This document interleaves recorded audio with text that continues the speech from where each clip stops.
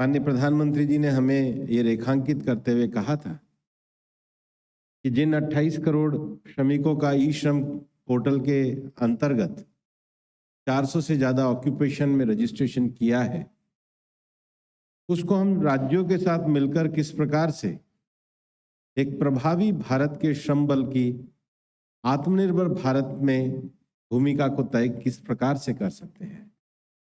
इस श्रम बल को किस प्रकार से हम सामाजिक सुरक्षा, उनके स्किल गैप को भर के उनके कौशल की वृद्धि और उनके भविष्य की चिंता करते हुए उनके स्वास्थ्य की चिंता हम किस प्रकार से कर सकते हैं।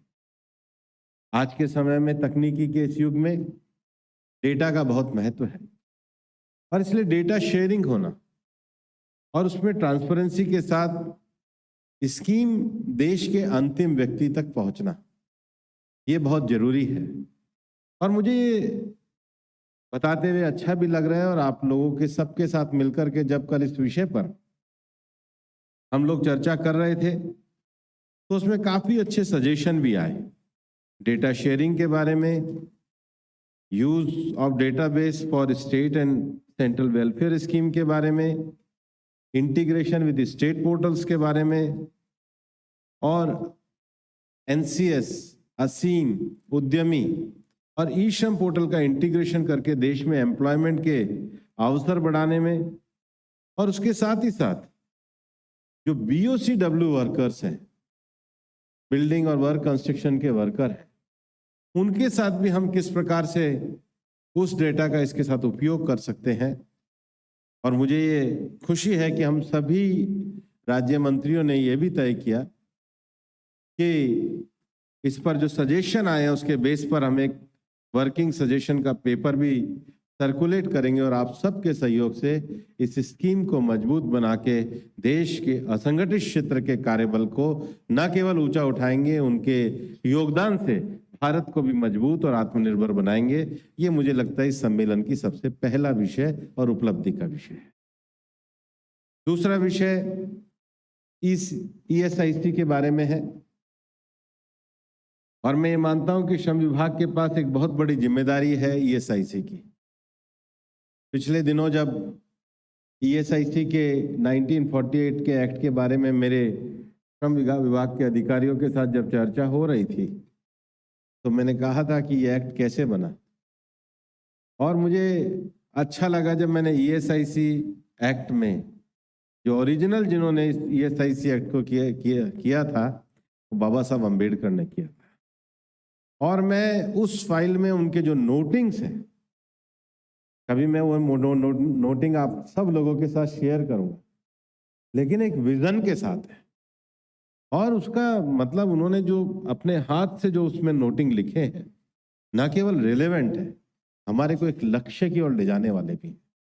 और आज जो सबसे बड़ी खुशी है, हम उस दिशा की तरफ चल पड़े। हम अब केवल खाताधारक संगठित क्षेत्र के श्रमिकों की ओर नहीं, हम असंगठित क्षेत्र के श्रमिक, इस देश के जो गरीब वर्ग है जिसको हमने अपने पूरे प्रेजेंटेशन में नाम दिया स्वास्थ्य से समृद्धि, ये उन्हीं लक्ष्यों और उसी नोटिंग की ओर हम लोगों ने जाने का काम किया है। और पिछले दिनों तो ESIC बोर्ड ने केंद्र सरकार की प्रधानमंत्री जन आरोग्य योजना के साथ जुड़ने के भी विषय को बोर्ड ने मंजूरी दी। एक 2 दिन का चिंतन शिविर भी हुआ जिसमें ESIC के हमारे RD, MC ये सम्मिलित हुए। 8,500 से ज़्यादा वैकेंसी पड़ी थी, उनको भरने का काम किया। आगे भी वैसे वैकेंसी के लिए हम लोगों ने इस क्षमता को बढ़ाने का काम किया। लेकिन उसके साथ ही साथ यहाँ पर जो हमारे सजेशंस आए हैं उसको भी हमने सब राज्य मंत्रियों के साथ शेयर किया है। और मैं विश्वास करता हूँ हमारे DG ESIC के नेतृत्व में जो टीम जिस तरीके से लगी हुई है, आपके वो सजेशन भी 15 सितंबर तक और स्ट्रेंथन करने वाले, आपके राज्य में विशेष रूप से आकांक्षी जिलों में हम किस प्रकार से मेडिकल कॉलेज और सुविधाओं का विस्तार कर सकते हैं, और इस पर भी हम सबके एक सहमति के आपस के जो विचार बने हैं, मेरा ये मानना है कि वो भी हमारे इस सम्मेलन की दूसरी उपलब्धि है। तीसरा विषय जो श्रम कानूनों में हम ईज ऑफ लिविंग के मामले को बढ़ाने को, ईज ऑफ डूइंग के बिजनेस को बढ़ाने को, श्रमिकों के गरिमापूर्ण जीवन को आगे बढ़ाने को, और उसके साथ ही साथ हमने एक और जो विषय तय किया है कि हम लोग अपने श्रम कानूनों में अच्छे तरीके से उसका नियमों को बना करके किस प्रकार से आगे बढ़ते हैं। मुझे बताते हुए खुशी है कि सभी राज्यों ने बड़े ही सकारात्मक तरीके से इस विषय पर अपने विचार रखे और सभी जगहों पर एक संतोषजनक प्रगति के साथ ये विषय आगे आया है। संतोषजनक मैं इस मामले में कहूँगा कि पिछले दिनों जब इकोनॉमिक सर्वे की पिछले साल वाली जब रिपोर्ट आई थी, वीवी गिरी की रिपोर्ट आई थी कि देश के डायनामिक परिस्थितियों में जिस प्रकार से नए विषयों को सुधारने की आवश्यकता है, गिग वर्कर, प्लेटफॉर्म वर्कर को आगे बढ़ाने की आवश्यकता है, महिलाओं का कार्यबल में उनका योगदान आगे बढ़ाने की आवश्यकता है, और उसमें कई राज्यों ने अच्छे काम किया। सुबह आंध्रा के सेक्रेटरी बता रहे थे कि उन्होंने सबसे पहले इस दृष्टि से कदम उठाए। बंगाल वालों ने भी बताया कि उन्होंने भी बड़े अच्छे कदम उठाए। जो बाकी गुजरात राज्य उन्होंने किस प्रकार से डिजिटल आगे बढ़े, अपने इंफॉर्मेशन को शेयर किया। तेलंगाना स्टेट और तमिलनाडु स्टेट में भी इसको लेकर कैसे प्रोग्रेसिव कार्य किए गए। उड़ीसा ने अपने अनुभवों को शेयर किया। और मेरे को लगता है कि अगर मैं सबके नाम लूंगा तो हर प्रदेश से कुछ अच्छे विषयों और अनुभवों को हमने शेयर किया। और मेरा मानना है कि हमारी सबकी सम्मिलित दृष्टि है कि इन सब श्रम कानूनों को मजबूत बनाते हुए हम देश के श्रमिकों का कल्याण और ईज ऑफ लिविंग के बिजनेस को, ईज ऑफ लिविंग के वातावरण को कैसे आगे बढ़ाएं, इसको पूरी तरीके से किया गया। इसके साथ ही साथ विजन 2047 को सबके सामने रखा गया।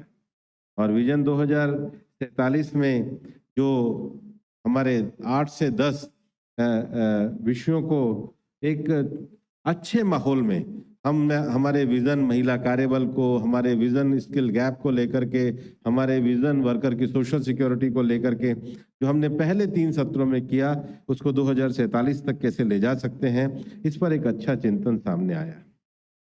मुझे इस बात की खुशी है कि हमारा ये संवाद, मुझे लगता है एक कारण ये भी है कि हम तिरुपति जी के इस स्थान पर बैठे हैं, जो अध्यात्म की धरती है, जो प्रेरणा की धरती है, जो जीवन मूल्यों को आगे बढ़ाने वाली धरती है।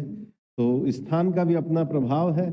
इसके कारण भी हमारे को काफ़ी सकारात्मक और ऊर्जात्मक दृष्टि प्राप्त हुई। और एक टीम के रूप में 2 दिनों से हमने बहुत अच्छे तरीके से इन सारे विषयों को करा।